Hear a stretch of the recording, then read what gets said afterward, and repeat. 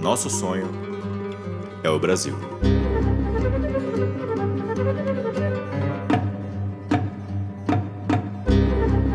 Interessante a visão da professora Ângela de Castro Gomes. Eu gosto sempre de citar a professora Ângela de Castro Gomes, que para mim, na minha opinião, talvez seja ali a maior historiadora viva do Brasil.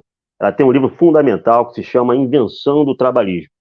Esse livro é um livro que todos devemos ler, é um livro importantíssimo para falar sobre a tradição trabalhista, sobre a tradição, a construção da consciência política e das lutas dos trabalhadores no Brasil. A professora Ângela de Castro Gomes, ela chama atenção para o seguinte: é equivocado tentar encontrar em modelos de outros países, vamos dizer assim, uma forma que explique que possa ser aplicada ou reproduzida na construção da consciência política dos trabalhadores do Brasil.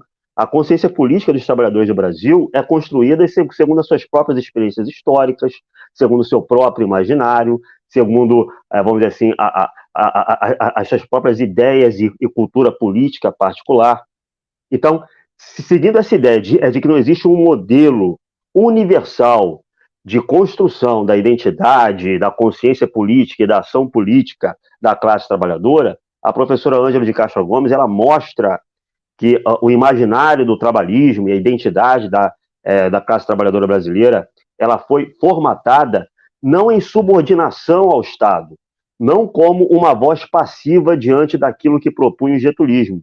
Pelo contrário, os trabalhadores do Brasil, os sindicatos, os trabalhadores, os operários, eles foram ativos ao modelar, vamos dizer assim, esse imaginário, essa tradição trabalhista com seus meios de participação, com seus meios de repercussão da voz dos trabalhadores e etc. Quer dizer, essa imagem que o PT construiu e que certa esquerda construiu, de que o Vargas teria manipulado os sindicatos, teria atrelado o sindicato ao Estado e domado esses sindicatos, e aí os trabalhadores eles eram dominados por pelegos, eles tinham essa posição passiva em relação ao Estado. A Ângela de Castro Gomes, a professora, desconstrói completamente essa visão.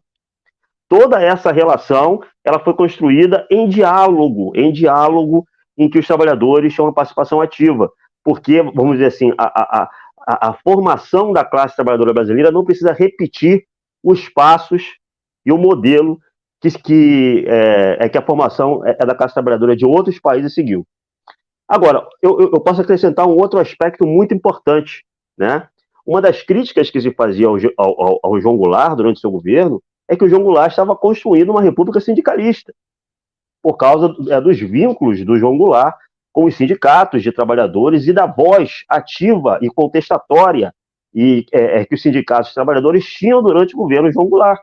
O governo João Goulart ele deu bastante participação aos trabalhadores sindicalizados. Eles nem sempre tomavam o partido do governo, eles tinham uma relação de diálogo, convergência em alguns pontos e divergência em outras em relação ao João Goulart.